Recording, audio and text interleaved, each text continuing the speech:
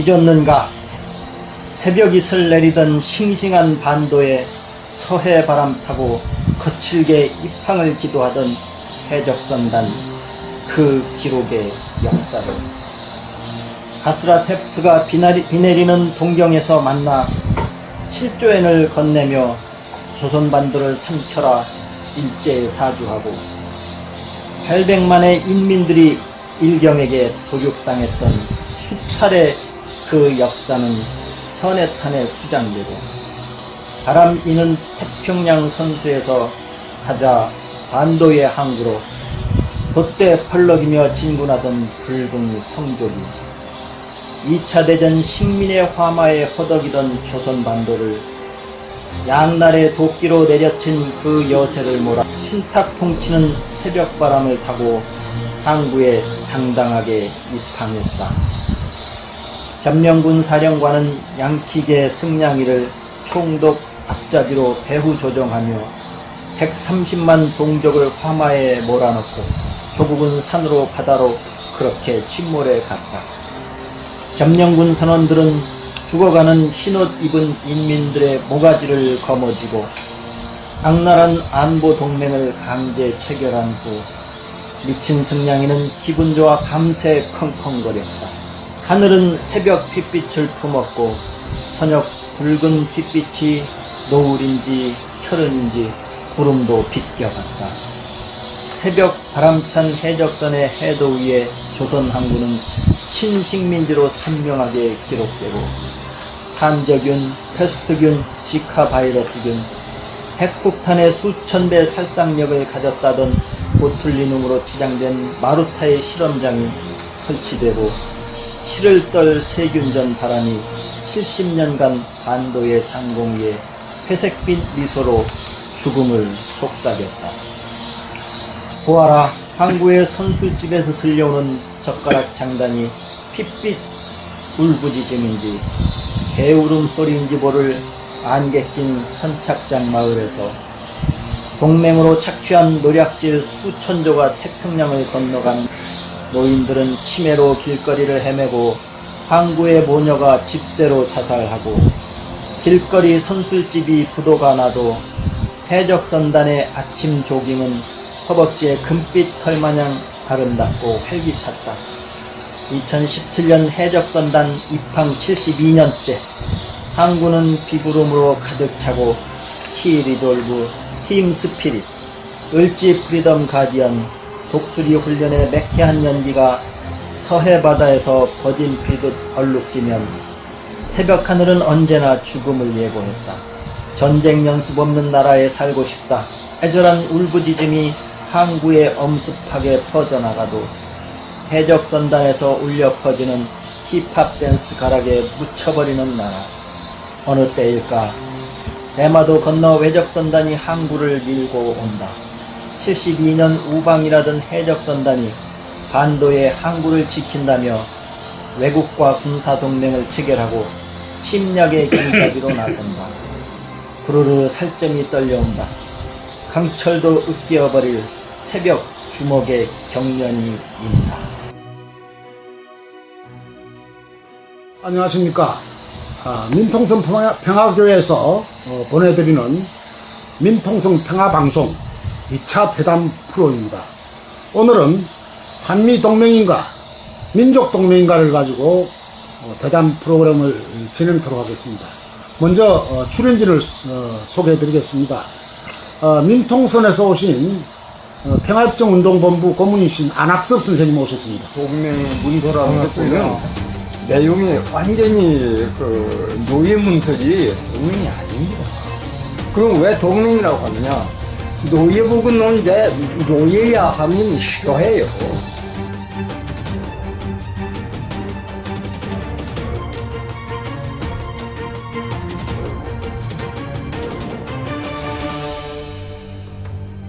다음은 국보법 피해자 모임의 윤기아 선생님 오셨습니다.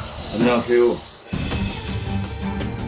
너희는 깡패 집단이 순수하게 장사해먹는 사람을 찾아가서 너희들하고 우리하고 뭐 합의를 한다 말하자면 합의서를 쓰자 이런 거랑 마찬가지입니다.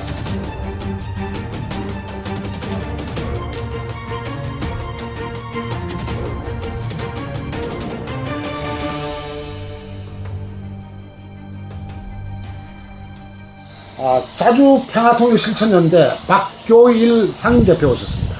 안녕하십니까. 통합정 체결하고 수원미군 철수하라!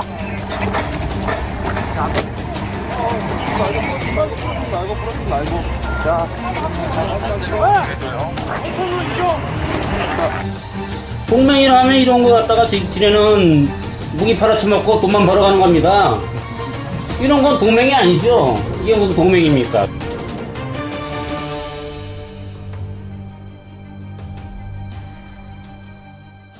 평화협정운동본부 지창용 집행위원장 오셨습니다. 반갑습니다.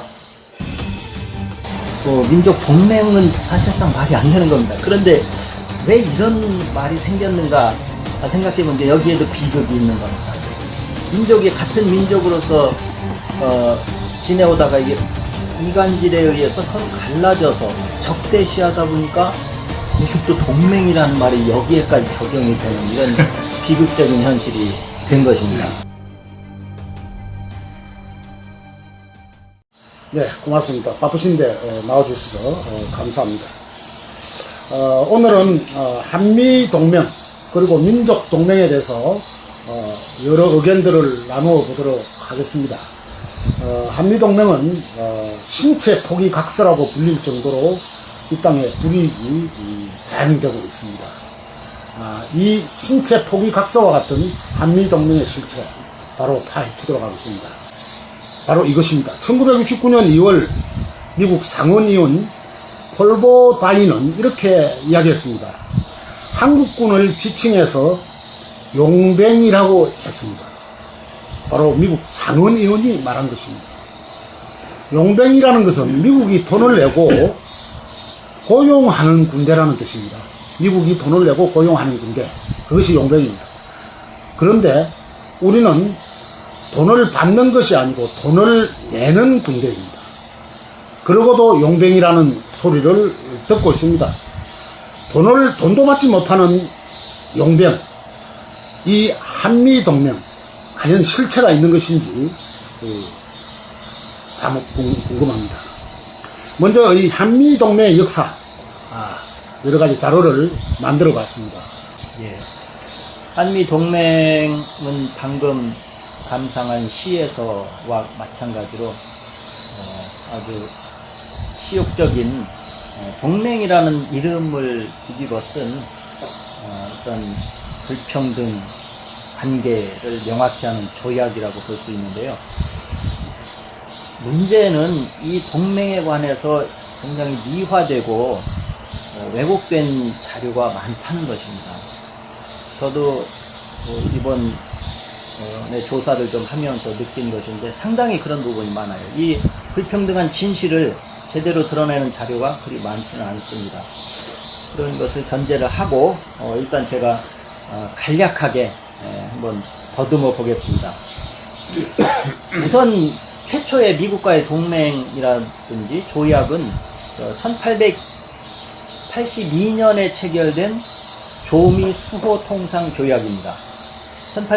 그 이전에 1866년에 제너럴 셔먼호 사건이 있었고요. 미국과의 마찰입니다. 조약이 있기 전에. 그리고 1871년 그 영향으로 해서 신미 양요가 일어나죠. 강화도에서 우리 군과 미군이 격돌해서 한바탕 싸웁니다. 그리고 나서 1882년에 미국이 강제로 체결한 것이 조미 수호 통상 조약입니다. 그때 당시 우리 관리들은 영어에 능통하지도 않았으며 이 외교가 무엇인지 조약이 무엇인지 제대로 아는 사람이 거의 없었습니다.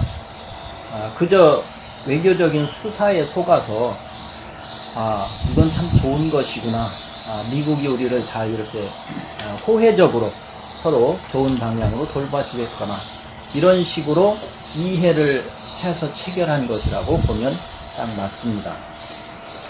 그것이 이제 처음의 조약이었고요. 한미 관계의 공식적인 조약. 그러나 이것이 1905년도 일제에 대한제국 병탄으로 그 효력을 발휘하지 못했습니다. 그리고 나서 이제 1945년 일제 식민 통치에서 해방이 됐죠. 1948년에 대한민국 정부를 수립하면서 미국과의 관계가 이제 다시 복원이 됩니다. 그래서 1949년 1월 미국이 대한민국 정부를 승인하고 그해 3월에 주한 미대사를 임명하고요. 한국도 미국의 영사관을 이제 개설해서 주미 대사를 최초로 파견을 합니다. 이렇게 해서 동맹의 관계가 새롭게 시작됐다고 볼 수 있죠. 그것이 1950년대, 60년대 쭉 거쳐오면서 강화되고 심화됩니다. 각 시대별 특징만 간단하게 이제 더듬어 보면요. 1950년대는 한미 동맹이 이제 수립되는 쪽에 주안점이 맞춰집니다. 특히 50년도에 6.25 전쟁 발발 직후 미국이 참전을 하게 되고요. 16개국 유엔이라고 해서 16개국이 동시에 참전을 합니다. 이때 이제 가장 크게 우리가 눈여겨봐야 될 것이 1950년 7월 14일 이승만 대통령, 우리나라의 대통령이 한국의 작전 지휘권을 미국의 극동군 사령관 메가더에게 넘겨버렸다는 사실입니다. 그 이후로 한국군의 작전 지휘권은 미군으로 넘어가 버린 상태입니다. 60년대로 들어오면서 미국은 경제적으로 지원을 합니다. 이 겉으로 보면 지원이지만 나중에 그 이상으로 뽑아먹기 위한 밑밥이라고 생각하면 되고요. 60년대까지만 해도 38선 북쪽에 조선민주주의 인민공화국이 더 잘 살았다는 것은 누구나 다 아는 사실입니다. 여기에 위기의식을 느낀 미국은 전폭적으로 이제 한국을 지원했던 것이죠.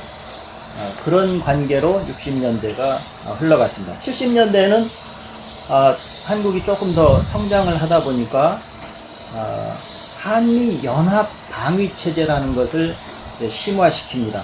그래서 방위를 그 미국의 이익에 맞는 그 방위 체제로 우리가 점점 끌려 들어가는 그런 단계로 접어듭니다. 그래서 80년대에는 더 심화되게 되죠. 그때 이제 우리 동맹의 허구가 밝혀지게 되는 시기가 또 80년대입니다. 전두환 정권이 1.2.12 군사 반란을 1979년도에 일으키고요. 80년 광주에서 그렇게 학살을 우리 시민을 학살했는데 미국이 묵인했다는 것을 알고 미 문화원 방화 사건 등의 반미 활동이 이제 전개되면서 이 동맹의 허구성이 점차 드러나게 됩니다.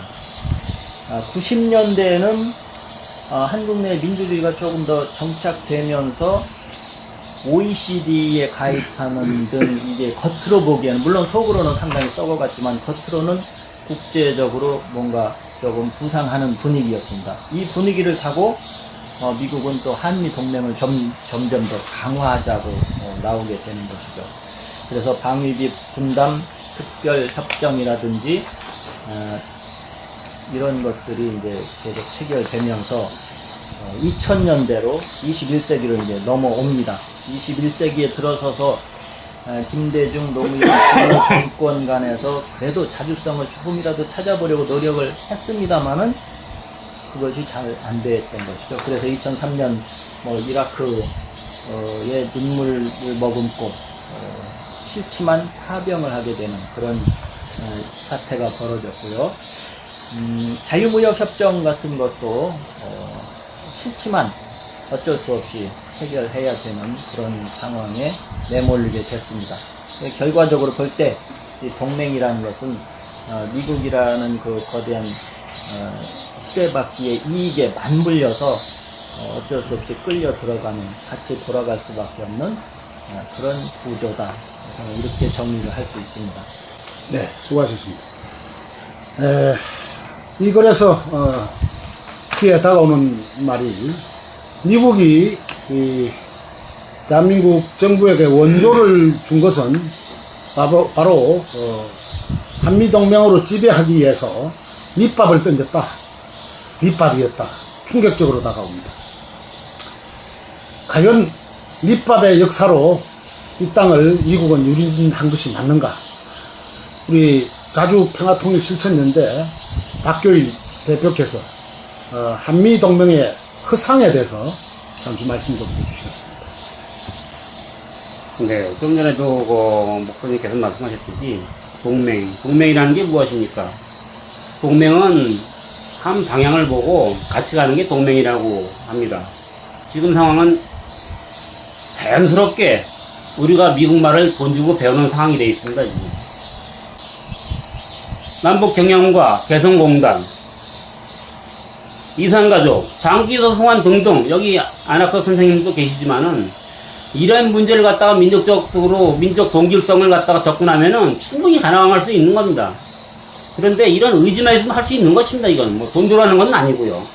그런데 안 하고 있습니다. 안 하고 있는 게 무엇 때문에 그렇습니까? 한미 동맹이라는 굴레에서 벗어나질 못했기 때문에 이러한 것을 할 수가 없는 겁니다. 민족 동맹이 우선이냐, 한미 동맹이 우선이냐, 어떤 수준이 둘 것인가? 저는 그렇게 생각합니다. 요즘 또 민통선에서 이정 목사님께서 대북 심리전 방송, 중단 방송을 한동안 하고 계신 걸로 알고 있는데, 가까이에는 그런 겁니다. 대북 방송 중단하고, 조선에서도 대남 방송 중단하자. 그럼 뭐 서로 그렇게 합의 가지고 원활하게 이루어지면은 문제는 어렵지 않다고 봅니다. 근본적인 것부터 해결을 나가야지 이걸 뭐 이해관계나 타선을 따지고 가면은 민족 동맹이라고 할 수도 없고 분열만 조장할 뿐입니다. 얼마 전에 민통선에 들어갔을 때 이런 얘기가 들려오더군요. 대북 방송인데 인민군 장병 여러분, 남쪽으로 넘어오십시오. 여러분이 넘어오는 만큼 남쪽 사회는 보장이 되겠습니다. 그러면서 방송하는 분이 하시는 말씀이 여러분들이 갖고 오는 무기에 따라 얼마만큼의 도움이 되냐 안 되느냐에 따라서 가격이 매겨집니다. 전투기나 그런 거에 따라 갖고 오면은 20만 달러를 주느니 10만 달러를 주느니 이런 얘기를 하고 있습니다. 돈으로 계산하고 있습니다. 이러한 것이 지금의 대한민국 수준인 것입니다. 기본적으로 문재인 대통령이 한미동맹을 갖다가 정말로 우선시 놓고 민족동맹도 같이 갈 수 있다면은 그렇게 하지는 않아야 합니다. 정세 판단과 오류를 잘못한 사람들이 정치적인 사과를 해야 됩니다. 문재인을 지지했던 단체나 정당들은 정세 오판과 책임을 지고 거기에 대한 사과와 아니면 또는 문재인 대통령이 이렇게 하기로 했는데 왜 하지 않느냐 이런 걸 압박해야 되고 서로 같이 갈 수 있게끔 그런 걸 유도를 해주고 조언도 해주고 그래야 해야 되는데 아직까지 그렇게 하지 않고 있습니다. 기다려보라. 언제까지 기다릴 겁니까? 이거는 기다릴 문제가 아니고 지금 북의 ICBM 발사로 인해서 트럼프나 미국 정부는 지금 혼미하고 정신이 없을 것입니다. 지금. 그런데 한미 동맹이라는 이름하에 문재인 정부가 어떻게 하고 있습니까? 사드를 6기나 들어와서 기정사실화한다고 하고 있고 미국과 세계 여러 나라가 같이 공조를 해갖고 대북을 압박한다고 하고 제재를 한다고 하고 이게 과연 민족 동맹인가? 민족 동맹은 이건 전혀 무시하는 태도라고 저는 보아집니다.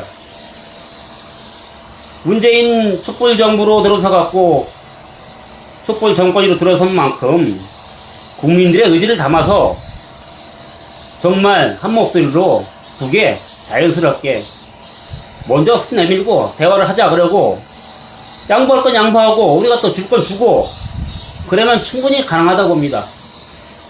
옛말에 친척이 사촌이 땅을 사면 배 아프다고 이웃 사촌보다 못하다 그런 말이 있습니다. 다시 새겨봅니다. 그런 것 같다가 문재인 정부가 지금 미국의 눈치를 보지 말고 당당히 한미 동맹으로서 요구할 건 요구해야 됩니다. 지금 미국에 발맞추어 문재인 정부가 하고 있는 것은 한미 동맹이 아니라 이건 굴중의 동맹인 것입니다. 굴중의 동맹. 그럴 수밖에 할 수 없었을까 생각해 봅니다.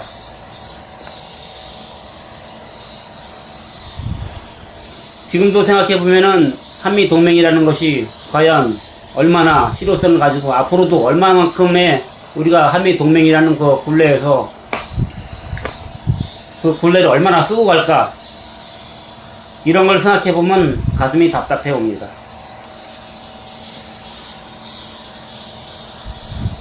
그런데도 지금 미국은 어떻습니까? 계속 한미 동맹을 주장하고 말하고 있습니다. 저는 한미 동맹은 이라는 것이 동맹이라고 아니라 생각합니다. 진정한 동맹은 평등한 관계에서 동등한 위치에서 서로가 내가 힘이 돼주고 네가 힘이 돼주고 서로 필요한 게 있으면 우리의 동맹은 이게 좀 어렵구나, 우리의 동맹은 이게 필요하겠구나, 이러한 것이 동맹이지, 이거는 동맹이 아니라 굴중의 동맹이고 굴중의 역사를 지배하고 있다고 생각합니다. 저는 그렇게 생각합니다. 이상입니다. 고맙습니다. 잘 정리해 주셨습니다. 한미 동맹은 처음에 말했다시피 신체 포기각서나 다름없다는 그런 구체적인 방향을 우리 박규일 자평통 상임대표께서 말씀해 주셨습니다. 그러면은 이제 민족동맹을 생각해 봐야 됩니다. 민족동맹은 과연 우리에게 어떤 강점이 있는가? 현 정세에 있어서의 민족동맹은 우리에게 얼마나 가까이 와 있는가? 그 강점에 대해서 우리 윤기아 동지께서 말씀을 해주시겠습니다. 네. 제가 방금 전에 한미 동맹에 대하여 이렇게 두 분 선생님이 참 좋은 말씀 많이 해주셨습니다. 마이크로 이 민족 동맹이라는 것은 제가 어제 제가 밤에 참 골똘히 생각을 해봤습니다. 그래서 이것저것 인터넷에 좀 찾아보고 했는데 저는 그 민족 동맹이라는 말 자체도 참 좀 의미가 쉽지 않다. 왜냐하면 원래 이 민족 동맹이라는 말 자체가 사실은 이게 그다지 현실적이지 못하다. 사실은 어느 민족이나 세 지구촌에는 다양한 혈족과 또 다수 민족들이 살아가는 이런 세계인데, 흔히 이제 이 민족 또 동맹 이렇게까지 지금 이제 단어가 지금 나오고 있는데, 민족이 그 고난을 받고 또 이 제국주의나 강자들에게 이 어떤 억압을 받았던 그런 이제 소수민족이나 어떤 침략을 받은 민족들에서 말하자면 침략자인 이 강자를 몰아내고 자신들 민족이 대동단결, 민족 대단결 이런 거에 보태서 말하자면 이 민족을 하나로 모으는 힘, 그렇게 상호 민족이 흐트러지지 않고 자주성과 자립 그리고 독립을 끌어내는 이러한 의미에서 있지, 사실 이제 민족 같은 단일 민족, 특히 민족이 동맹이다라고 하는 것은 이제 분열 상에서 그래도 우리 힘을 합치자 막 이런 의미도 있겠습니다만 사실은 민족 대단결이 원래는 더 의미가 깊죠. 그 사람들이 좀 알아듣기도 더 쉬울 겁니다. 그래서 이 아까도 한미 동맹이나 그 여타 다른 이제 국가들도 이 동맹이라고 합니다. 그러면 대등하고 독립적이고 자주적인 입장이라면은 사실은 그것도 어느 정도 형평이 있다고 할 수가 있겠지만 제국주의, 특히 이 큰 나라, 강자와 약자, 소수민족이나 약자하고의 동맹에 사실은 그 의미가 없지요. 끌려가는 입장이기 때문에 동맹이라는 것은 서로 설정을 동등한 입장, 힘과 힘도 대등한 입장에서의 그럼 너들과 그럼 잘해보자 라고 하는 개념이 생기지만 워낙 힘의 차이가 크고 군사력이나 경제력이나 모든 이 토지나 모든 면에서 열세인 그런 민족하고 엄청나게 그 강자 입장을 취하는 그런 세력과 동맹이라는 것은 애초에도 이건 의미가 없다. 저는 이렇게 보고요. 말하자면 뭐 일제 36년을 우리가 당한 민족이지만 그때는 일본이 군사력이 그만큼 현대화된 군사력을 가지고 있었고 그래서 대륙 침략을 이제 시작했죠. 그래서 우리 민족도 그때 엄청난 피해를 입고 이건 이제 여러분이 너무나도 잘 알고 계신 것입니다. 그러면 일본과 한일합방이다라고 해서 이 나라의 그 매국노들이 한일합방이라는 걸 통해서 자기들은 권력을 얻고 많은 부를 얻었습니다. 이완용이라는 사람이 그자가 제주도까지 전국의 땅을 얼마나 많이 가졌는지 실 수 없을 정도로 그건 이미 모든 자료가 다 나와 있지요. 이렇게 그때 동국주의, 제국주의들은 그 나라의 매국노를 내수해서 만든 것이 한일합방이라고 하는데 그 말 자체도 한일합방 이 자체가 웃긴 겁니다. 그래서 우리 민족의 어떠한 진정한 그런 절차도 없이 말하자면 이 침략자들이 이 써먹는 이러한 용어를 만들어서 말하자면 접수하는 이런 겁니다. 마피아나 일부 사회 족포 뭐 이런 깡패 집단이 순수하게 장사해 먹는 사람을 찾아가서 너들하고 우리하고 뭐 합의를 한다 말하자면 합의서를 쓰자 이런 거랑 마찬가지입니다. 접수하고 그들의 강탈을 하면서도 이들은 말하자면은 합의를 한다고 그럽니다. 이렇듯이 지구 땅에는 이 강자와 약자 이 굴레 속에서 민족과 민족이 있습니다. 여기서 군림한 것이 바로 이 동국주의가 2차 대전 때까지만 해도 판을 쳤고 그리고 그 다음에 제국주의라는 것이 이 세계를 좌지우지하는 물론 동서양이 냉전 체제라는 게 한동안 흘러왔지만은 사실은 많은 다수의 민족들이 그 제국주의의 그물에 갇혀서 자기네들의 독립을 못하고 자기네들의 자주적 기반을 잡지 못하고 그 제국주의에 파묻혀서 허덕이고 있는 것이 오늘날에도 여실히 나타나고 있습니다. 꼭 미국, 아메리카 거기만 그런 게 아닙니다. 제가 일일이는 지적을 안 해도 다 아시겠습니다만은 이 세계는 모든 이 연방 체제라는 게 있습니다. 이 연방이라고 해놓고 뭐 영국 연방부터 뭐 있죠. 그게 뭡니까?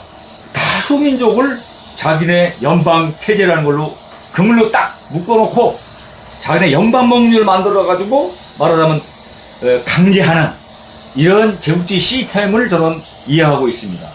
그래서 우리 민족 같은 경우 불행하게도 우리 민족이 원하지 않았는데 우리 민족이 회의에 참가도 안 했는데 지금 현재까지 우리는 분단 이런 체제로 이 일촉즉발의 위험에 갇혀 있습니다.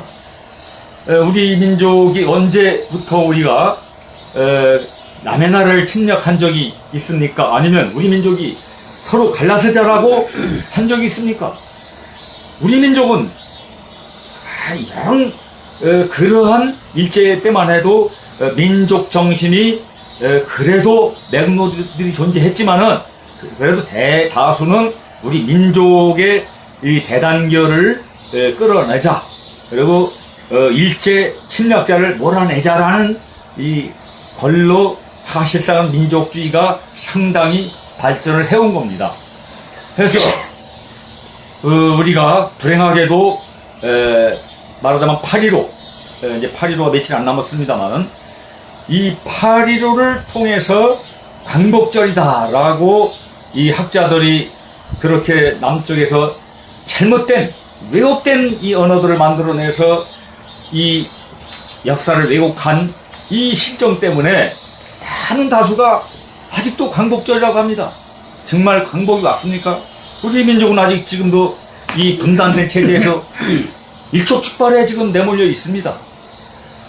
저도 결국은 외세인 미국과 전쟁을 하느냐 마느냐, 또 남쪽인 한쪽은 미국과 동맹을 해서 한미동맹이다 하고 이렇게 왕투당당하게 지금 처해 있는 현실이, 우리가 같은 우리 민족이 참 동맹을 해서 힘을 합치자, 우리 민족이 우리 함께 우리 민족 문제를 해결하자, 민족을 같이 동맹을 하자, 이런 뜻에서 이 말이 나왔다고 보는데, 사실 그대로 속을 잘 보면 사실은 이 민족의 대단결입니다.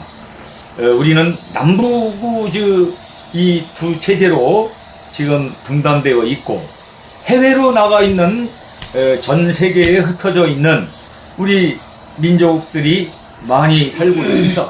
그래서 모든 우리 남북과 그동안 합의했던 문헌에도 보면 여실히 남과 북, 북과 남, 해외 이렇게 우리 민족의 대단결을 주시하고 있습니다. 네, 좀 정리를. 그래서 우리 민족 동맹, 이것은 저는 민족 대단결을 이 바라는 그러한 바로에서 나왔다고 보고, 이 말하자면 제가 잠깐 정리하면은 이렇습니다.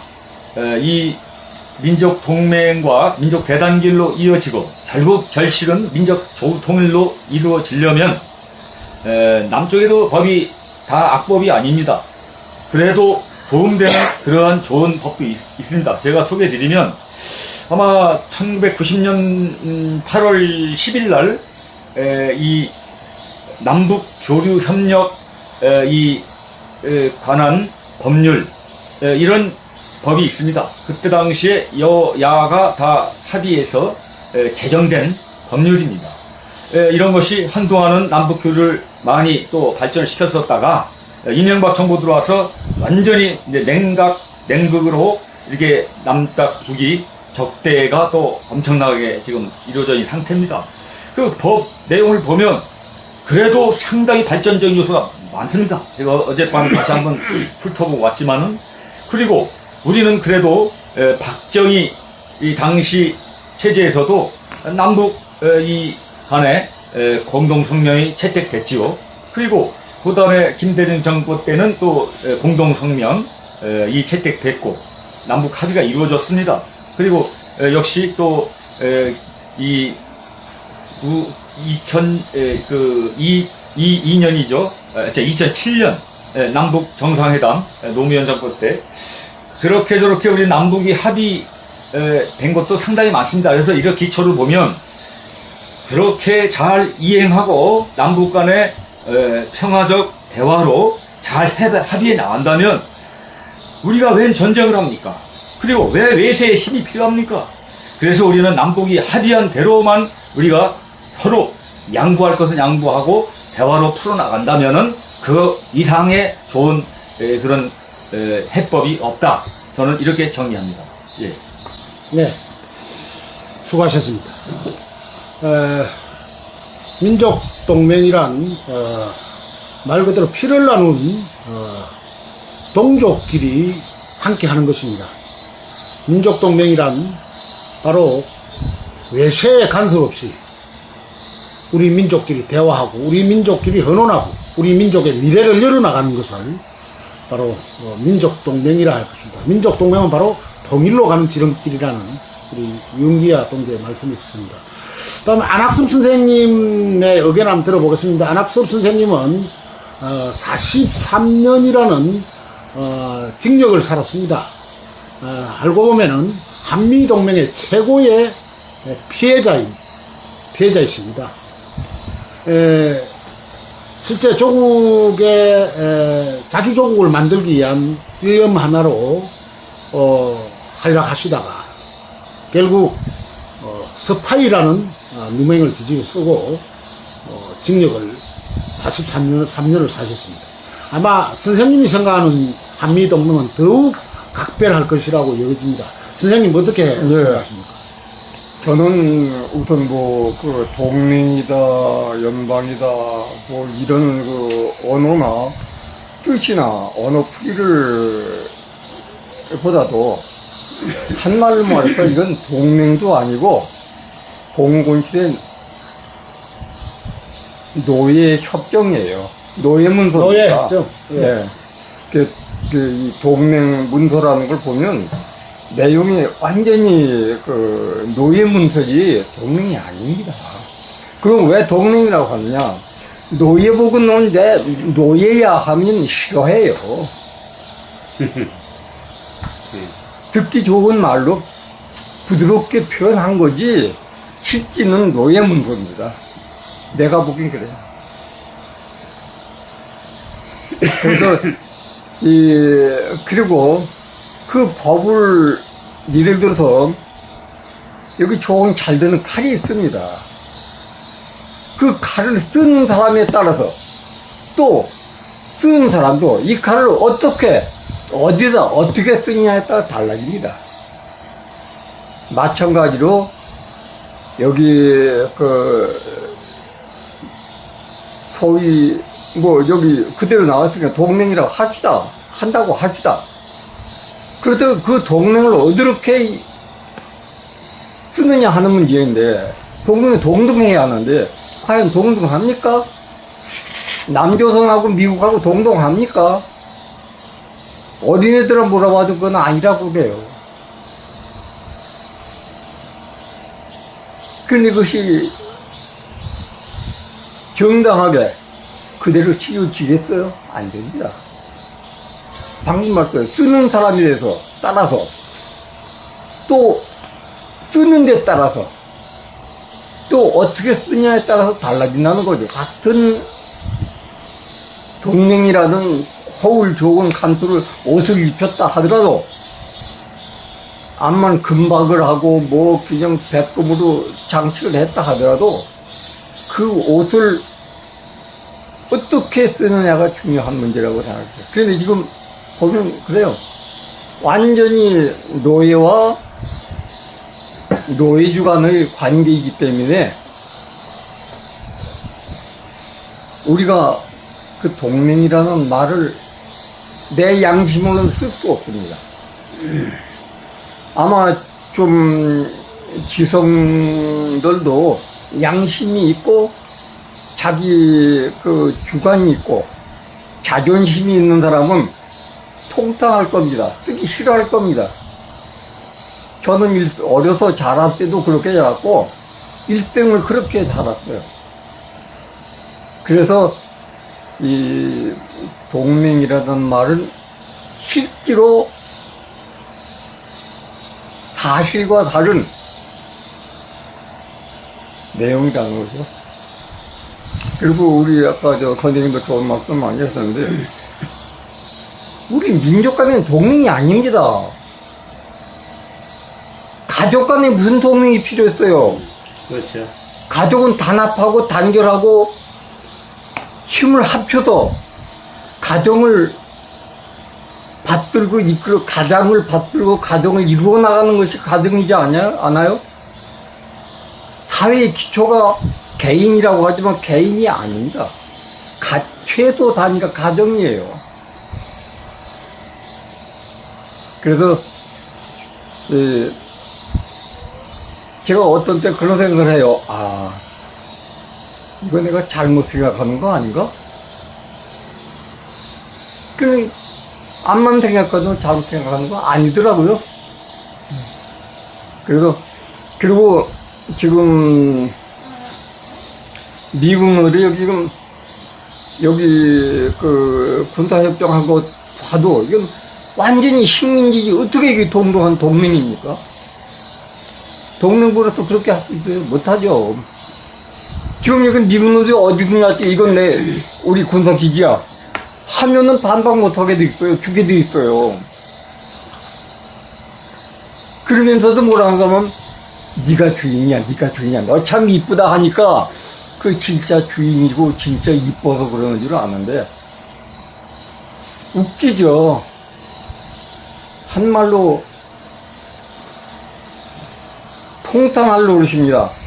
같은 하늘 아래, 같은 땅 위에, 같은 옷을 입고, 같은 말을 하면서, 같은 조상을 가지고 있는 같은 문화 속에서 사는 거 부끄럽고,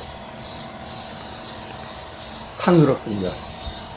우리 좀 용기 있고 양심 있는 그런 지성이 가장 필요한 때라고 생각합니다. 그런데 그 계급사회는 그래요.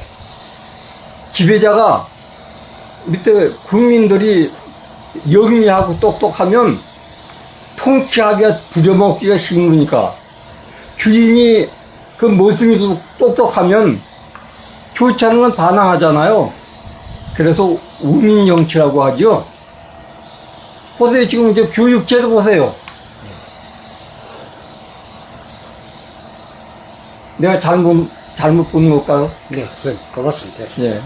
그래서 우리 좀 민족적 양심을 가지고 용기 있는 양심들이 필요하다고 생각합니다. 우리 좀 글이나 쓰고 쓸 수 있고 말이나 할 수 있는 사람들 좀 자기 인간으로서 자기 인간이라는 거 잊지 말았으면 좋겠습니다.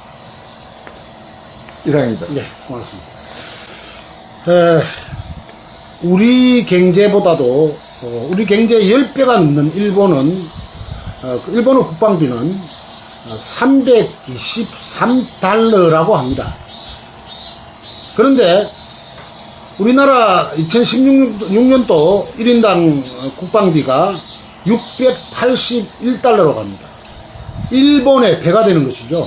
이 돈 다 어디로 가겠습니까? 바로 미국의 호주머니로 들어간다는 이야기입니다. 동맹은 지금 다 여러 동지들께서 말씀을 해주시는데, 동맹은 서로 도와주는 관계지 일방적으로 착취당하는 구조는 아닙니다. 하지만 우리나라 국방비는 1년에 연간 1조 3천억이라는 돈이 미군 기지에 들어가고 있습니다. 합법적으로 들어가고 있습니다. 그리고 수백조, 수천조에 달하는 무기 구입비가 있습니다.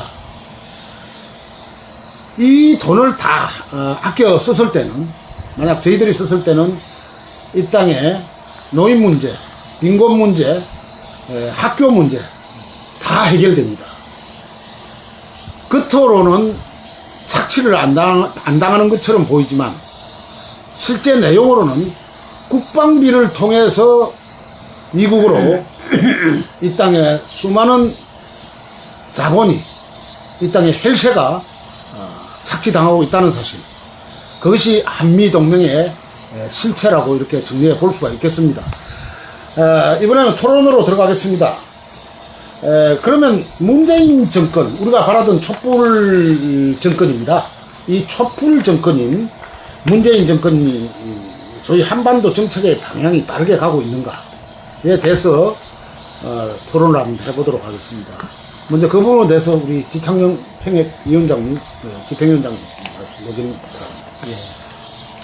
아까 박교일 공동대표님이 얘기하셨듯이 문재인 정부에 대한 압박은 매우 필요하다고 봅니다.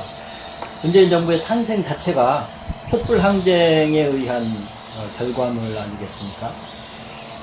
지금 제가 문재인 정부를 간단히 평가를 해볼 때 두 가지로 나눠서 지금 생각을 해봅니다. 하나는 국내 문제, 두 번째는 이제 민족 문제인데요.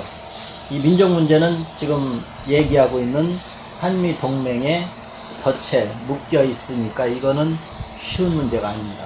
그럼 국내의 이 적폐청산, 우리 촛불 항쟁에서 계속 주장해왔던 적폐청산 면에서 잘하고 있는가? 저는 국내 문제는 잘하고 있다고 봅니다. 정치, 경제, 또는 이제 검경, 이런 문제, 언론은 아직은 제대로 된 성과는 안 나타나고 있지만은, 예를 들어서 경제 문제 같은 경우는 이제 김상조 공정거래위원장 정도를 들 수 있겠는데요. 잠깐만요. 예. 이 부분에서는 반론도 가능합니다. 네, 반론도 해주시면.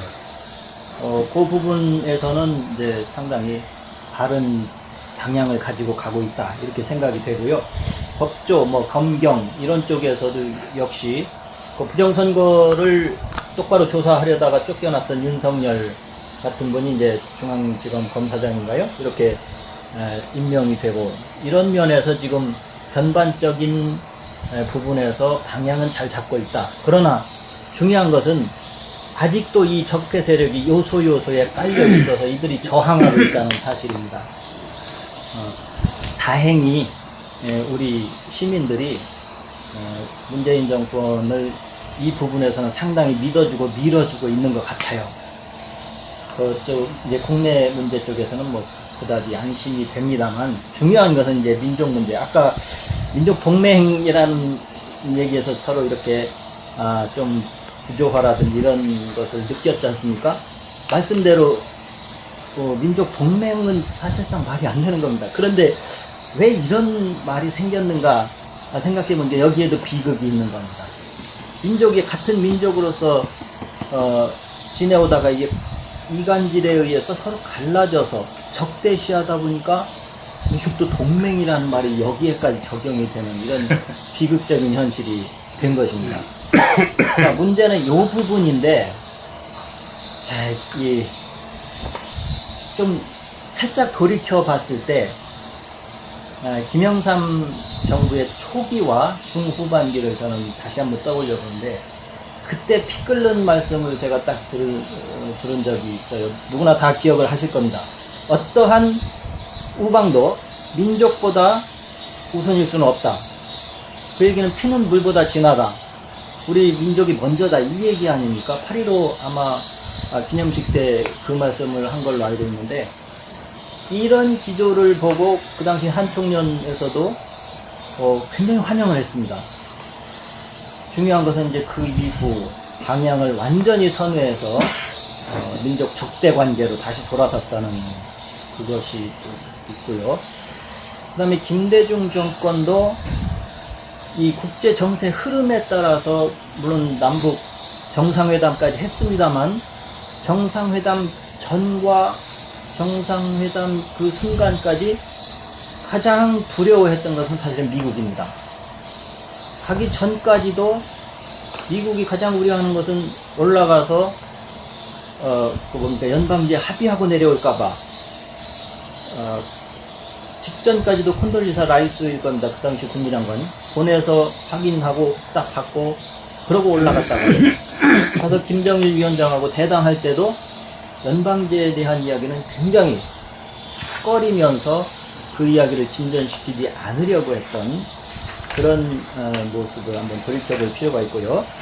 이어지는 노무현 정권에서도 애초에 호기롭게 민족 우선 정책으로 나가려고 했던 것이 결국 브레이크가 걸렸던 사실.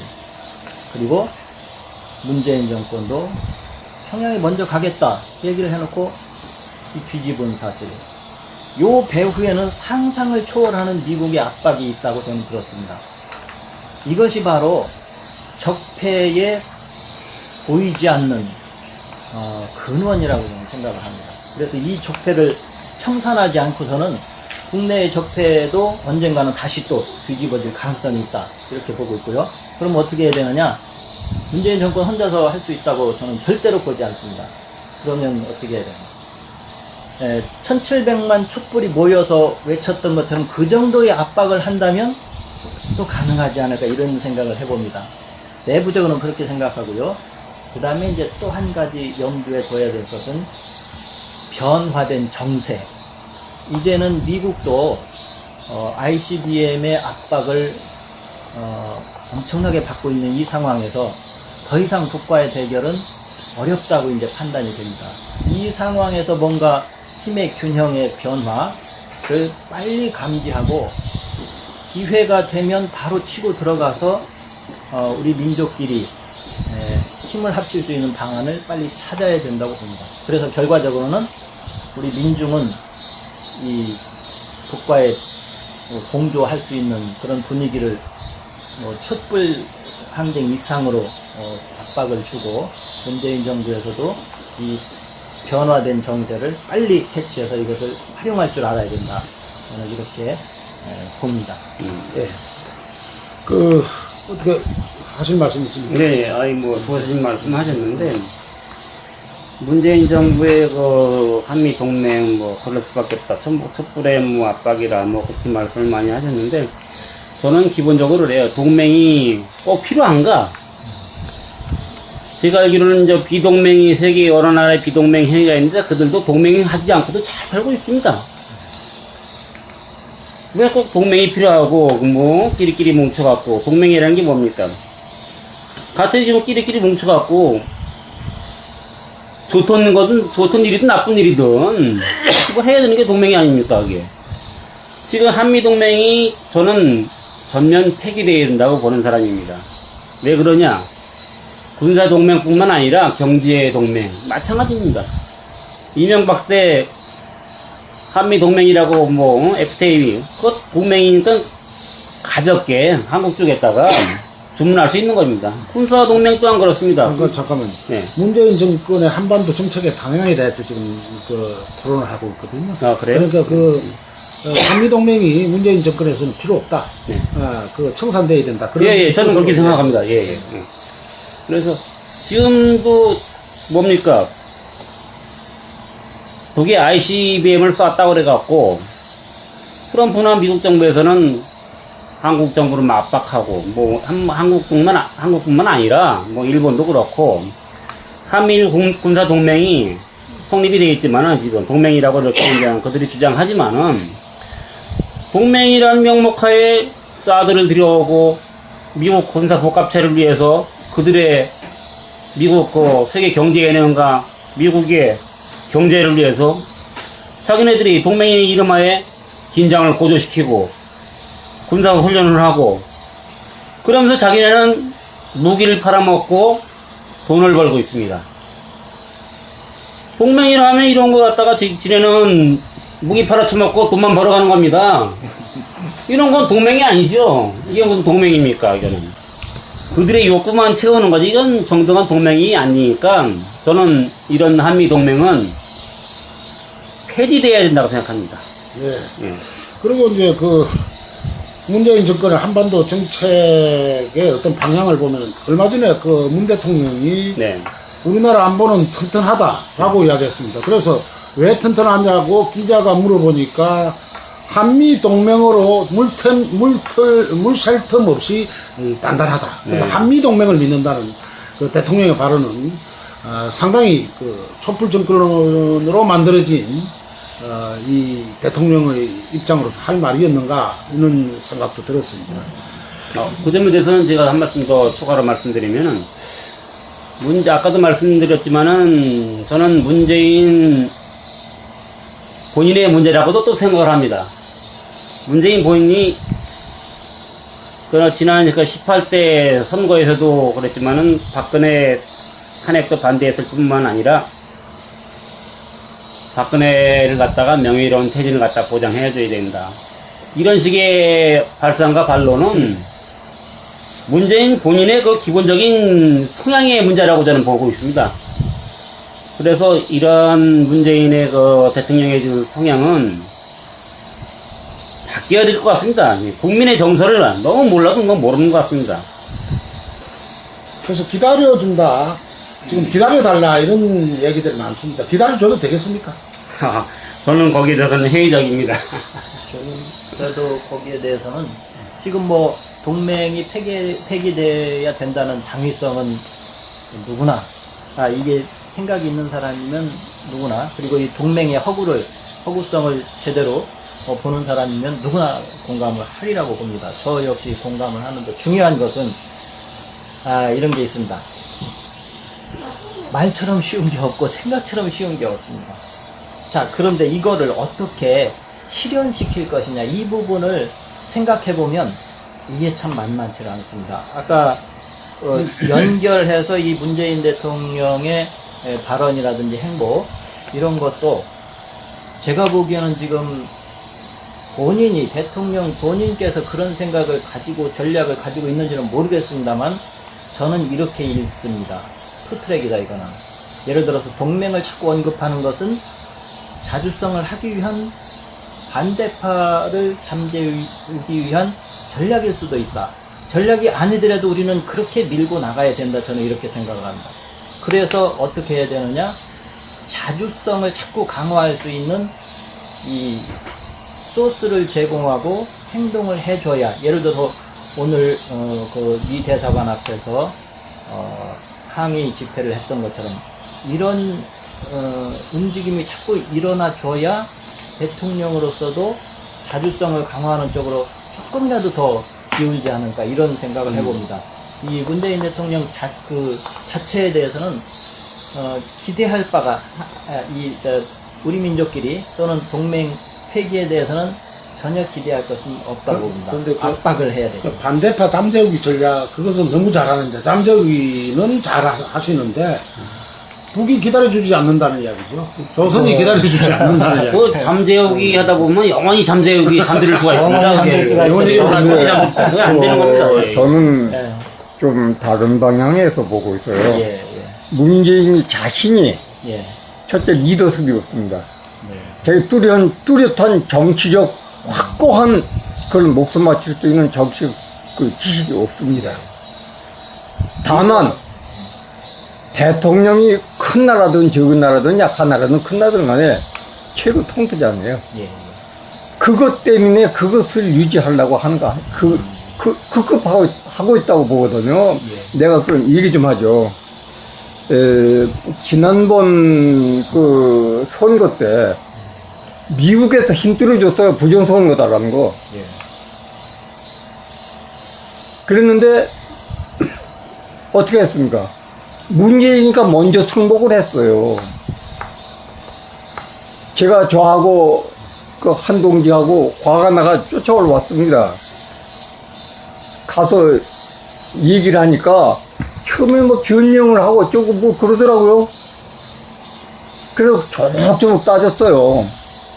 한나라당하고 너희들하고 다른 건 뭐냐?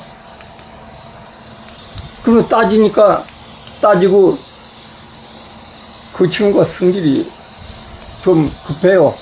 막 야단하니까 커피가 따주더라고요. 그래서 쳐버리더라고. 치사한 자식들. 우리가 이 커피가 더 얻어먹으러 올 줄 알아? 민주당 당사에 가서 일어났던 이야기죠. 네. 예. 그러니까 뭐라면 그때 얘기한 거예요. 당사자인 문재인이가 승복을 했는데 우리가 어디다 대고 비빕니까? 그러더라고요. 그래 그 말에는 할 말이 없더라고요. 이따가 다시 검증법을 하시고요. 맞습니다. 이 리더의 스타일도 그거는 또 그 분의 스타일은 우리가 어쩔 수는 없는 거라고 봅니다. 압박하는 수밖에 없어요. 결국은. 예, 그래서 제가 압박을 하는 거죠. 그리고 촛불 집회 때도 보니까 처음에 아까 말씀하셨는데 처음에 가만히 있다 나중에 나왔는데 나중에 나온 건 문재인이 다 자기 선거에 그 선거 운동하고 되겠어요.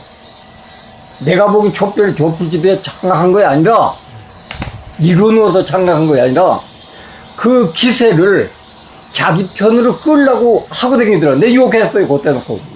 압박을 해야 하는데 기다려 달라 하니까 예, 예. 모든 그 문재인 지지자들은 기다려줘야 된다고 합니다.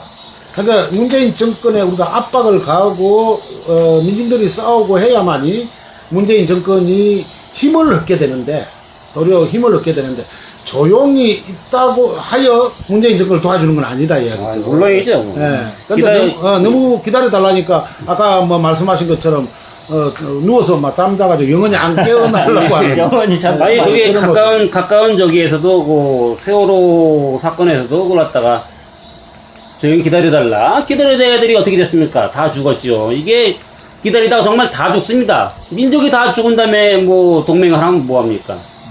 정권 5년은 짧습니다. 예, 짧긴 짧지만은 그래도 우리가 또 다른 정권을 갖다가 이러한 정권을 재창출하지 않기 위해서는 확실히 짚고 넘어가야 돼요.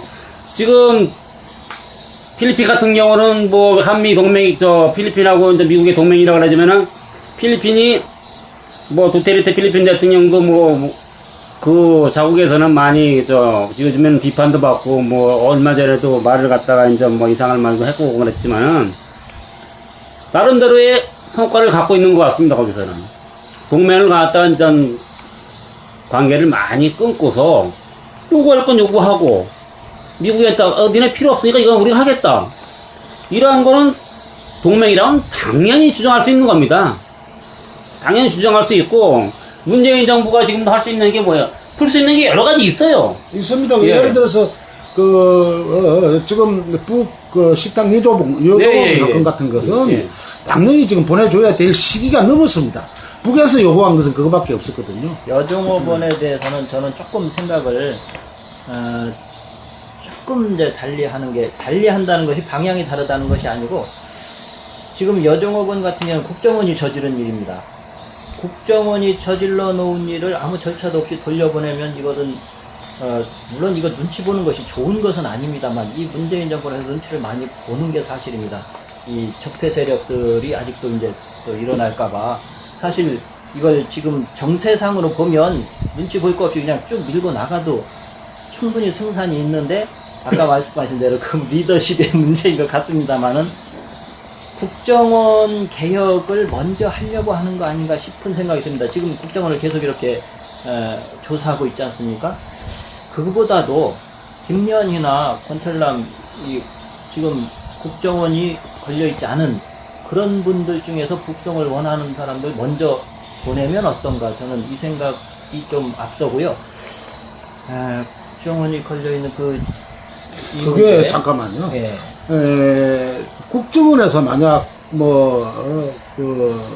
불의한 일들을 북식당 여종업원들에게 가했다고 한다면은 그것은 전임 정권이 저지른 가오기 때문에 그것을 정확하게 이야기를 하고 자백을 하고 고백을 하고 대신 내가 사과하겠다라고 한다면 북에서 그걸 모르겠어요. 그렇죠. 네, 그렇게 해서 보내주는 것이 지금 지지도가 80%에서 이제 예. 70% 떨어졌습니다. 이럴 때가 제일 좋을 텐데 좀 더 떨어지면 영원히 못 보내줍니다. 아니, 그런데 거기에서 제가 제 생각 좀 얘기하죠. 저는 기본적으로 문재인은 이명박, 박근혜와 다르다는 선을 그어야 합니다. 현재 선을 안 긋고 있잖아요. 그렇죠. 예. 지난주 기본 선을 긋기 위해서 그런데 그것은 저는 그렇게 생각해요. 거기서 12명 그렇게 간다같이 타고 다른 나라를 통해서 들어오게 하는 것은 미국 정보가 개입하지 않고 못합니다. 그렇죠. 예. 난 그렇게 봐요. 한국 정보기관. 예. 그렇기 때문에 이것은 대담하게 문재인이가 촛불의 힘을 빌어서 자기가 됐다는 것을 조금이라도 이해를 하고, 인식을 하고, 그의 조건에도 보답하려면 대담하게 끊어야 합니다. 끊는 방법이 지금 말씀하신 그 납치 문제, 또 이런 그 비리 문제 잘라야 한다는 거예요. 대담하게 잘라야 합니다. 예. 그것이 제일 나는 포인트라고 생각해요. 그거 하면 미국도 걸려 들어가요. 그렇죠. 중요한 것은 우리가 생각하는 대로 이 정권은 안 움직인다는 거예요. 그 나머지 굉장히 지지를 많이 받는 부분에 있어서는 아까 제가 말씀드린 이 국내적인 여러 가지 문제에서는 계속 이제 지지를 받고 있는데 근데 우리가 지금 전 지지받고 있다고는 생각지 않는데요. 아니 지금 79%, 80% 약간 밑도는 정도면 아, 그래요? 상당히 지지를 받고 있는 겁니다. 이거는. 그리고 또 한 가지, 지금 미국에서, 6조인가 얼마, 무기를 사온다고 박근혜 가서 약속했잖아요. 문재인도. 나는 미국에 무기 사오는 것이 아니라, 옛날에도 조공을 바쳤습니다. 명나라에도 바쳤고, 중국에도 바쳤고, 바쳤죠. 조공 바친다고 그냥 갖다 주면은 그냥 빈손으로 오는 거 아니에요. 약간 조공무역이다. 예. 선물로 이렇게 뭐 받아오는. 조공무역. 예. 무역이라는 이름을 조공을 갖다가 바치고, 예를 들어 100만 원어치 갖다 주고, 한 90만 원 주고 50만 원어치라도 받아와요. 그래서, 무기를 팔아준다는 것은 조공을 바치는 거지, 무기를 팔아주는데 기본이 있는 거 아닙니다. 예. 그런데, 문재인도 가서 이번에 가서 뭐 했습니까? 그렇게 실제 돈이 그렇게 많습니까? 여기 뒷골목에 가면 하루 밥 한 끼밖에 못 먹는 사람도 있어요. 예. 라면도 먹어요. 내가 하나 예를 들죠. 내가 부산 살 때 어느 골목에 가니까 방이 0.75평 정도밖에 안 돼요. 할머니하고 딸하고 있더라고요. 그 더운 여름엔 냉장고도 없고 선풍기도 없어요. 그래서 벽에 거는 선풍기를 아파트에 가면 그런 거 버리는 거 많습니다. 갖다가 이제 청소해가지고 선풍기 안 돌아가는 것은 기름이 굳어서 모터가 굳어가지고 안 돌아가요. 그래서 약 넣으면 기름 다 녹습니다. 잘 돌아가요. 그래서 갖다가 걸어줬더니 아주 좋아해요. 그러더니 나중에 아이고, 전기세를 어떻게 물지? 전기세 걱정을 하고. 예. 네. 나라줘도 전기세 걱정. 이해를 하시겠어요? 선생님들? 시원하니까 좋죠. 근데 그 여름에 벗고 있어요. 그런데 그걸 살아서 그렇게 좋아하더니 전기세. 금세 뭔가, 아이고, 전기세는 어떻게 물지? 그걸 알까요? 그래서 조공 바치는 거예요. 이 사람들 핍니다. 그렇고, 아까 선생님께서 촛불 정권만 했는데, 저는 지난 겨울 문재인을 촛불 정권이라고 하는 촛불이 들은 목적은 따로 있습니다. 따로 있지만 예. 이미 이용을 했죠. 예. 그런데, 과일을 거뒀잖아요. 아까도 말씀 나왔지만은, 북에 12명의 식당 종업원을 갖다가 이제 풀지 못하는 거는, 지금 12명의 북의 식당 종업원들이 어디 있는 조치도 모르고, 예. 생사조차 모르고, 건강 상태도 모르고, 지금. 의사도 모르고. 의사도 모르겠습니다. 그분들이 정말 원해서 왔다면은, 기자회견도 하고 이게 못할 게 뭐가 있습니까? 응? 그러니까 뭔가 감추니까 이게 이제 자기들이 뭔가 감추니까 한 그런데 갈등한 것 같아요. 그래갖고. 그러면은, 미안합니다. 비행기를 잘못 타고 왔고, 대한민국 들어왔습니다. 다시 들어가겠습니다. 이런 그냥 간단히 해결될 것 같습니다. 자, 그런데 이 12명은 정말 철저히 교육을 받고 세뇌 교육 받고 지금 뿔뿔이 흩어져서 숨어 있고요. 그들의 진위를 파악할 수 있는 길도 없습니다.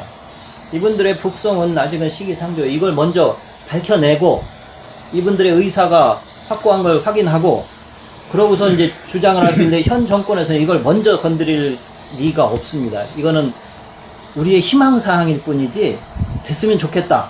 그러나 이건 현실적으로 좀 후순위로 안타깝지만 밀리는 거고요.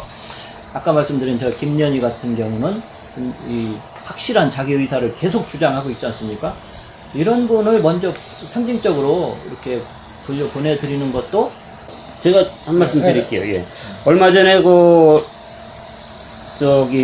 기독교 선교인권센터에서 이제 12명과 김단일 포함해가지고 면담을 요청을 했어요. 면담을 요청했는데, 통일부에서 뭐라고 답변이 왔냐면은, 김연희 같은 경우에는 원에서 왔으니까, 원에서 와갖고, 이쪽에서 이제 적응하다가 다시 돌아가는 케이스다. 이렇게 얘기했고, 12명은 뭐라고 얘기를 했냐면, 통일부 답변을 뭐라고 해줬냐면은, 남쪽에서 지금 잘 적응하고 있습니다. 이렇게 답변이 왔어요. 이건. 적응하고 예, 있다는 증거가 있다니까. 어떻게 왔다는 그 경로는 얘기를 안 하고, 잘 적응하고 있습니다. 대학교 다니다 그랬더라고요. 예, 그건 먼저 어떻게 납치냐 아니냐 이거 예. 정도도 이야기를 해줘야 되는 거 그 정도는 해줘야 되는데, 그냥, 남한사회가 자기 쪽에서 잘 적응하고 있습니다. 이렇게 답변만 간단하게 그러니까 왔다고. 문재인 정권이 박근혜 정권의 적통을 이어받는 듯한 그런 모습을 지금 보여주고 있다. 그래서 끊어야 한다는 거예요. 박근혜하고 끊기 위해서 그 공개해야 한다는 거죠. 그래서 그대로 답습하고 있다는 거예요. 이명박 박근혜 정권 그대로 지금 이제 예, 민족 문제에 답습하고 관해서, 있다는 거죠. 예, 그 말씀 맞는 거예요. 예. 아까 지창영 집행위원장께서 말씀하시기를 국내 문제는 어느 정도 다룰 수는 있는데 적어도 남북 문제라든가 북미 문제라든가 뭐 한미 문제라든가 이것은 예. 뭐 다룰 여력이나 능력 이런 거 상당히 부족하다고 아까 이야기를 그것을 예, 안타깝습니다. 문재인 대통령 스스로가 고백을 한 것이 7월 11일 국무회의에서 예, 북핵 문제에 관한 우리가 할 수 있는 는 없다, 할 능력도 없다. 아, 그 이건 사실이에요. 솔직한 고백인 것 같습니다.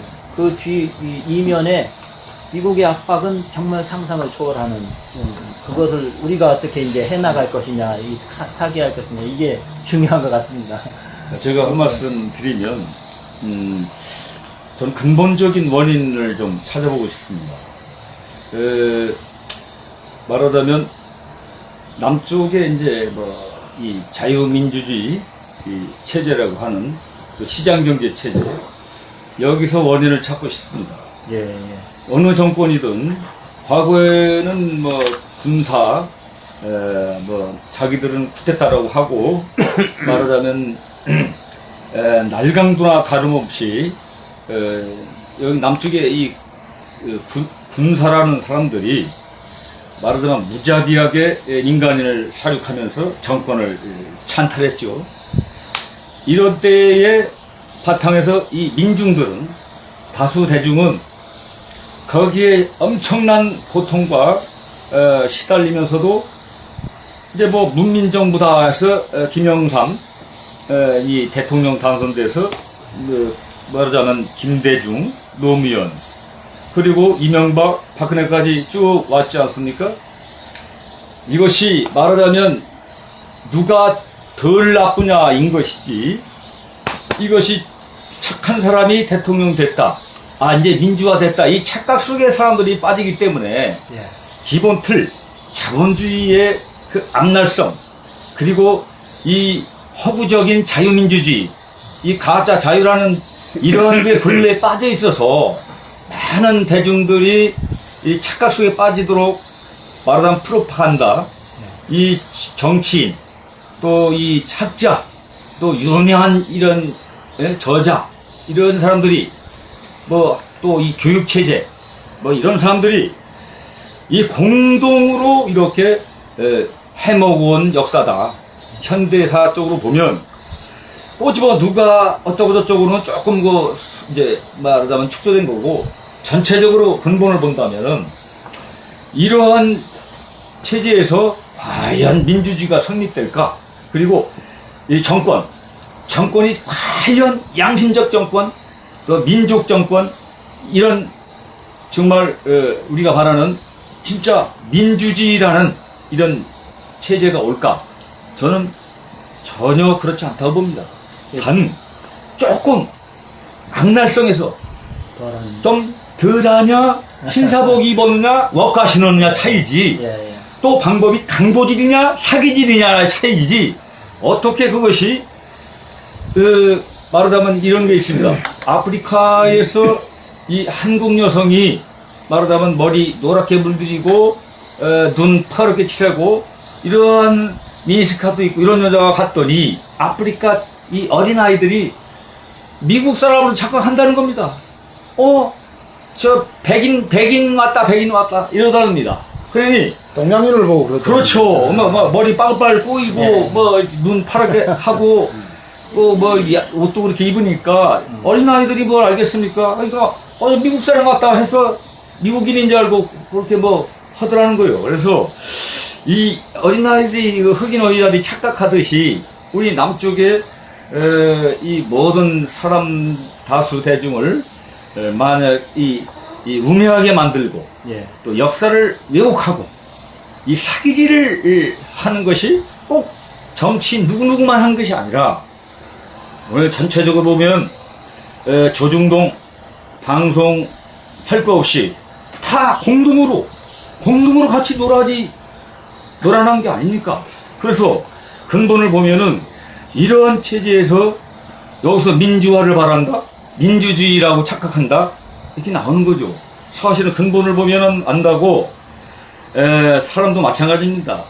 사람이 어제 도둑질한 사람이 교회 가서 오늘 뭐 자기 기도 한번 한다고 해서 그 사람이 착한 사람이 되고 다시 그런 짓 안 하겠습니까? 마무리 좀. 그렇듯이 우리는 근본 원인에서 찾아야 되고 문재인 정권에 대해서는 뭐 워낙 이명박 정권 또 박근혜 이 두 정권이 워낙 사기질을 많이 했고 범죄를 많이 저질렀기 때문에 국내에서는 몇몇 가지를 좀 정상적으로 좀 하다 보니까 이거는 굉장히 지지율이 뛰고 엄청나게 잘하는 것 같이 보이는 겁니다. 근데 정작 우리 민족 문제, 남북 문제에서는 어떻습니까? 오히려 저는 더 악화됐습니다. 그런 상태를 볼 때 문재인의 조그맣게 기대했던 것도 다 무너졌지 않습니까? 벌써 문재인 정권이 들어서서는 그래도 12명 보내주겠지. 또 뭐 김현희 정도는 또 보내주겠지. 또 양심수 석방은 해주겠지. 8.15 오면 또 남북 공동행사 해주겠지. 6.15 때도 안 했지 않습니까? 그러니까 모든 것을 이 근본적인 적대의 입장을 놓지 않고 계속 적대적인 근본을 취하니까 역시 남북 관계가 해결되지 않고 반항으로 빠진다고 저는 봅니다. 어쨌든 문재인 정권은 뭐 여러 사람들이 이야기를 합니다. 그 정권 안보에 너무 정권 안보만 생각하는 것 같다. 그리고 다음에 정권 재창출만 생각하는 것 같다. 이런 지적들이 많습니다. 어쨌든 지금 마지막 시간이 다 돼갑니다. 그래서 지금 사실은 대한민국 정권은 미국의 그 총독 정치 체제와 마찬가지입니다. 총독 정치 체계. 이 총독 정치 체계가 바뀌어야만이 한미동맹도 파기를 할 수 있는 우리 자력의 힘이 생길 수 있다고 봅니다. 근데 이거 과연 총독 정치 체계 때문에 한미동맹 바꿀 수 있겠습니까? 한번 돌아가면서 한번 이야기 좀 해보시죠. 뭐 간단한 시간이 다 됐습니다. 저는 이 과거와 같은 지금까지 역사가 되어왔던 것처럼 계속 진행된다면 이것 제가 보기에는 절망적인 얘기지만 죽었다 깨나도 이거 벗어나지 못해요. 자, 다만 제가 희망적으로 일단은 볼 수 있는 것은 2000년대에 김대중, 그 다음에 2007년도에 노무현 대통령이 그 남북 정상회담을 할 수 있는 정세가 조성됐던 적이 있습니다. 그때도 사실은 우리 남한 정부의 노력의 결실이라기보다는 물론 그 결실도 있습니다만은 외부의 정세가 그렇게 돼갔던 겁니다. 중요한 것은 바로 지금이 이런 정세가 무르익고 있다는 것을 우리는 유념해서 보고 이걸 아주 적극적으로 활용해야 된다고 봅니다. 미국에서도 계속 평화협정을 때가 있을 때마다 주요 현직 관리들이 이야기를 해왔고요. 그것은 좋아서가 아니고 압박에 의해서인 것입니다. 그리고 최대의 압박은 지금 ICBM입니다.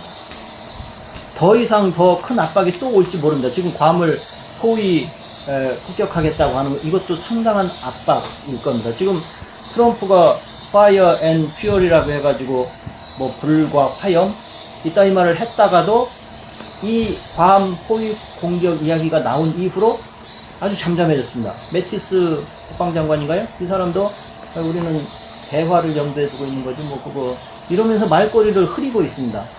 이것은 뭐냐? 이제 정세가 과거와는 다르다는 얘기입니다.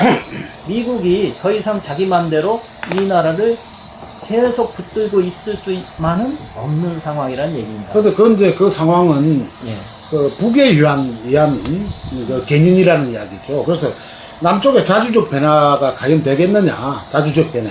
근데 북은 미국을 함으로 해가지고 한반도 문제의 전체를 끌고 나가려는 그런 노력은 뭐 당연히 지금 정세로 보면은 예. 우리 집행위원장님 말씀이 맞는 것 같고, 근데 남쪽의 인민들에 의해 가지고 전민항쟁이라든가 뭐 이런 것으로 해서 한미동맹을 파기시키고 또 자주 정권을 우리 힘으로 세우고 이게 가능하겠느냐 이야기죠. 그러니까 이제 정세를 이용을 해야 된다. 우리 힘으로는 안 되고, 우리 힘으로는 정말 이거는 그대로는 안 됩니다. 이건 정세를 이용해서 지금 전국 그러니까 이렇게 어쨌든 대한민국의 백성들 힘으로는 불가능하다. 예, 그 자체만으로는 힘들다. 말씀하십니다. 예. 저는 그렇게 생각하지는 않습니다.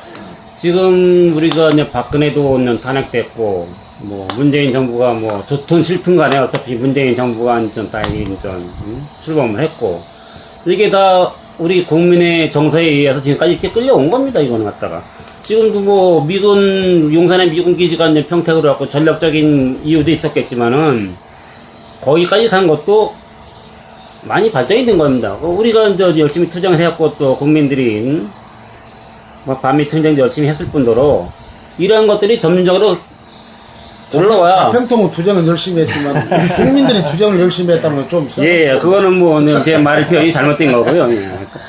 이런 것이 열심히 해왔고 이제 그 국민들께서도 뭐 지금 사드가 전 국민이 들고 일어나잖아요. 그래갖고 뭐 안 하시는 분들도 많이 있지만은 지금도. 그런데 이런 문제를 어떻게 풀 것이냐고요. 저는 북측과의 대화로서 풀 수 있다고 생각합니다. 미국의 문제도. 그러니까 북의 힘을 어쨌든 업어야 된다는 이야기. 그렇지요, 예. 북의 힘으로는 안 된다. 예. 북의 힘을 업으면은 변화시킬 수 있다. 그러니까 민족동맹이라는 것이. 그렇죠. 그래서 민족동맹이 필요하다. 예, 그렇습니다. 공맹보다 공조가 어떻습니까? 공조. 그러니까 남북공조. 아니, 잠깐 돌아가면서 마지막으로 하십시오. 네, 이 문재인 정권의 어떤, 굳이 지적을 한다면, 그렇습니다. 정말, 남쪽의 이 환경은, 부정부패, 산더미처럼 많고, 지금 TV 뉴스에 안 나온 것까지 치면, 어마어마하게 많죠. 모든 계통이 다 부정투성입니다. 그래서, 근데 가장 이제 우리가 핵심적으로 봐야 될 것은 정권에게 가장 핵심적으로 봐야 될 것은 이 선거입니다. 민주주의라는 것은 원래 가장 기초가 선거부터 시작합니다. 선거인데 이 말하자면 지금 요즘에 원세훈 국정원장 전 국정원장이라는 자가 이렇게 지금 요즘에 뉴스에 좀 새롭게 많이 증거가 나온다고 해서 하고 있지만은 제가 볼 때는 형법으로 보면 그렇습니다. 박근혜, 최순실, 김기춘 이렇게 쭉 이어지는 이 시스템이 저는 의문이 합니다. 법률을 누다지 공부하다 보니 왜 범죄단체 조직 혐의에 대해서는 묻지 않는가? 이 1인이 할 때는 단독 범행을 합니다. 단독. 근데 3명 이상이면 조직입니다. 조직 범죄한 자들이에요, 전부. 근데 거기다가 양승태 대법원장 같은 경우는 대법원이 이 부정선거, 선거 조작에 대해서 5,000명 이상의 손을 냈는데 4년 2개월 동안 한 번도 열지 않고 묵고 있다가 4년 2개월 지나서 박근혜 구속되니까 그제서 구속됐으니 재판할 의미가 없어졌다 해서 기각 이유입니다.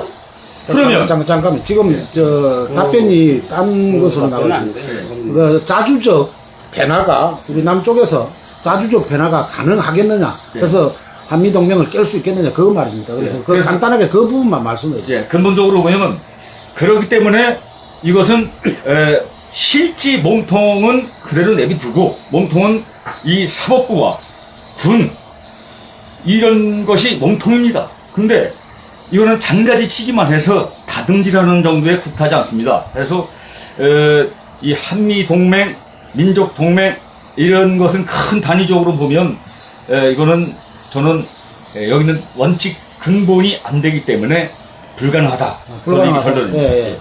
그럼 뭐 어떻게 대안은 뭐 없습니까? 아까 뭐 북하고 공조해야 된다라고 두 분은 말씀을 하셨는데. 저는 그것을 우리 조국 통일로 봅니다.